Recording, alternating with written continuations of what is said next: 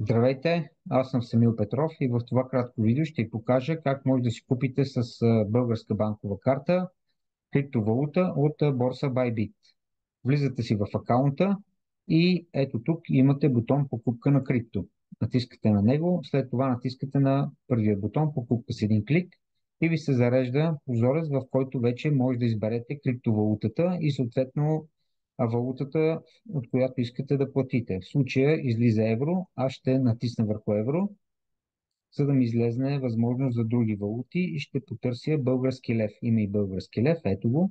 Натискам върху него и съответно отдолу вече ще избера да си купя примерно USDT или Tether.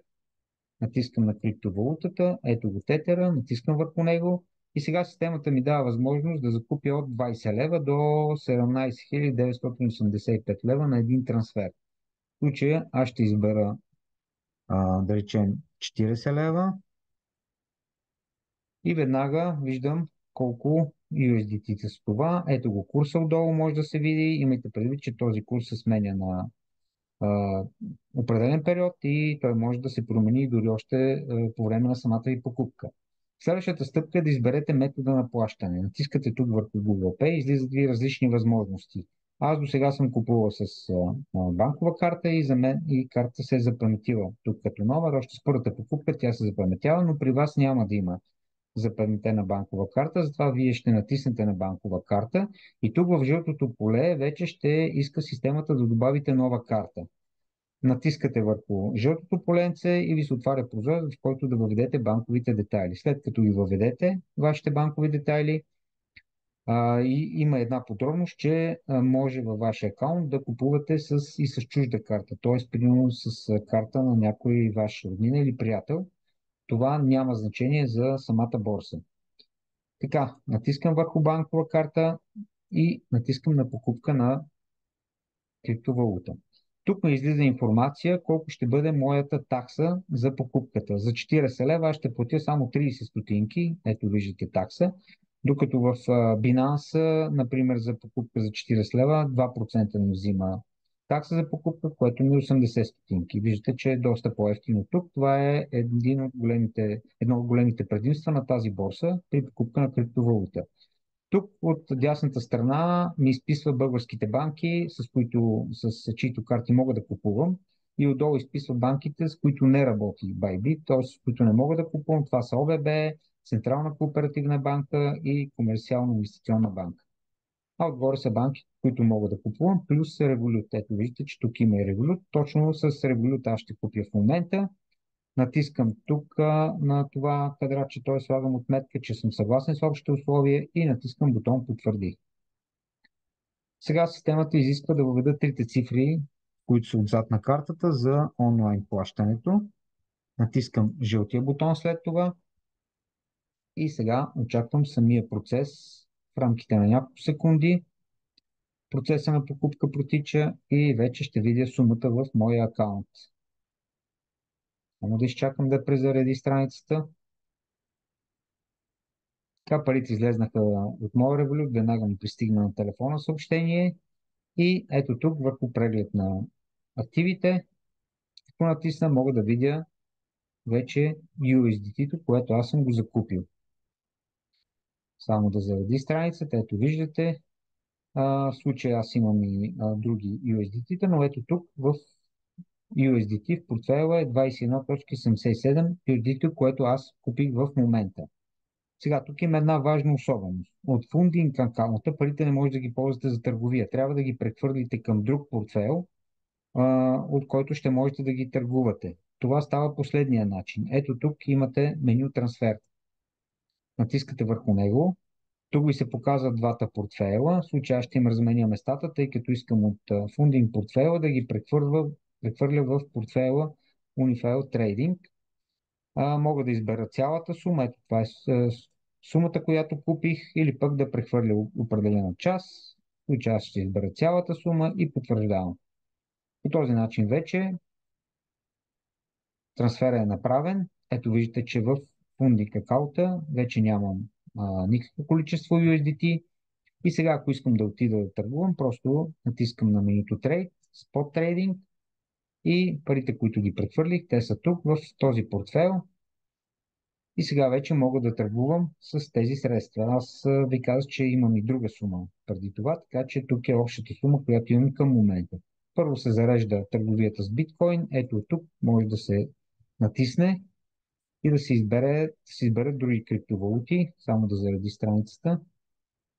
Ето тук може да избирате криптовалути, тук имате меню фаворити, но аз ще направя отделно видео, където ще покажа подробно как се търгува и съответно ще разкажа подробно и за менютата. Така, сега искам да ви покажа как може да направите тегляне от вашия акаунт. Затова е необходимо да се върнем в началната страница, само да зареди менюто. Така, и ето тук отивам на меню активи. Само да презареди страницата.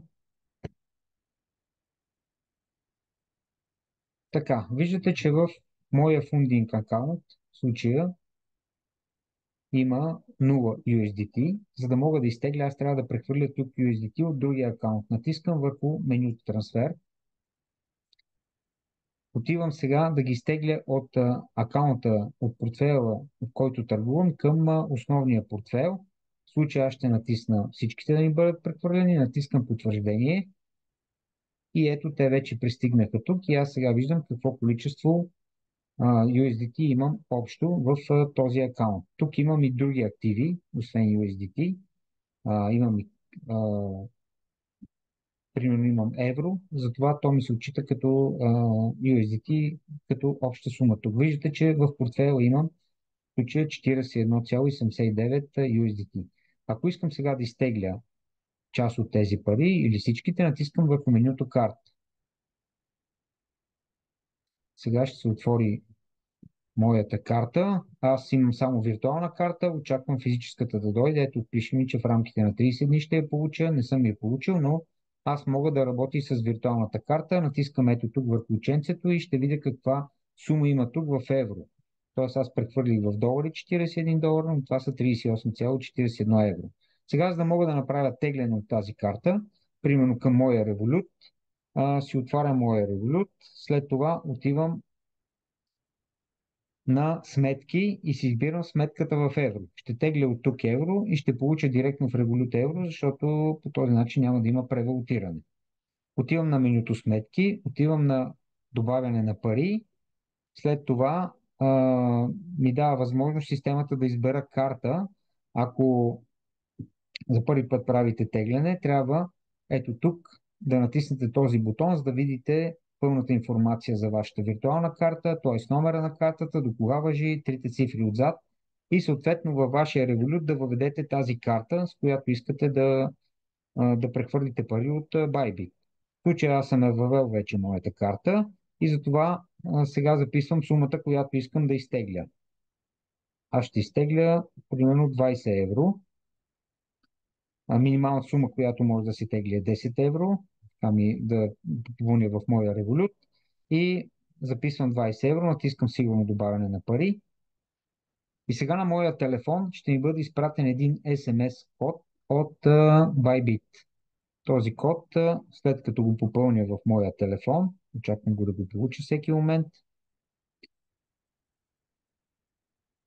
Така, сега ще го получа и като го въведа, следващата стъпка е в системата ще ми изиска за момент, ето кода пристигна.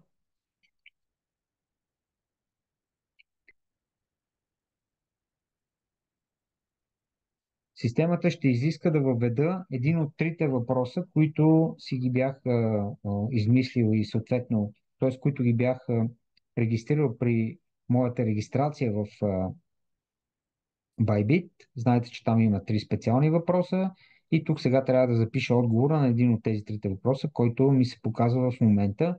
В случая в кой град са срещнали моите родители. Аз ще напиша отговора и продължавам нататък. След като потвърдя, вече започва процеса на прехвърляне на пари от Bybit към моя Revolut. Това отнема няколко секунди. Ето при мен вече изписва, че транзакцията се обработва и в момента вече виждам моите 20 евро в моя Revolut. Сега ще обновя страницата, за да видим каква сума е излезла тук от картата ми. Ето виждате 18,21 евро. Имам много малка такса за тегляне. Така че това е начин, при който вие бихте могли да теглите от вашата виртуална карта към вашия Revolut. Разбира се, като ви дойде физическата карта, тогава може да си теглите и на банкомат, както и да плащате съответно при търговци. С виртуалната карта също може да плащате при търговци, но трябва да си стеглите Google Pay приложението на вашия телефон, ако ползвате Android система.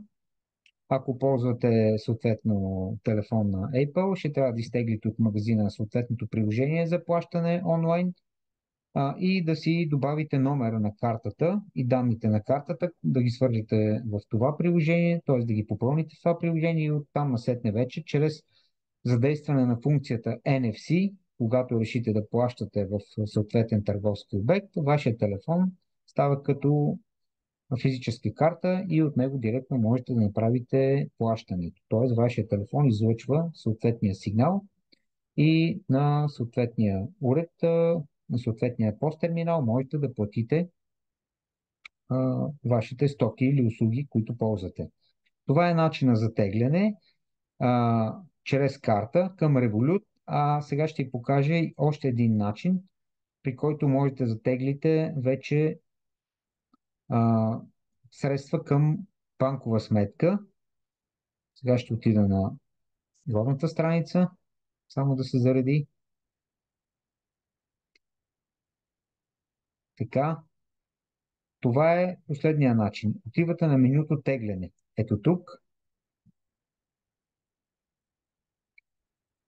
И системата ви дава две възможности. Едната възможност е да теглите криптовалута, като съответно си избирате съответната криптовалута, която искате да изтеглите. След това отдолу трябва да запишете криптоадреса, на който искате да прехвърлите парите. Съответно тук изписвате мрежата, през която искате да бъде направен трансфера. Ето тук може да виждате таксите.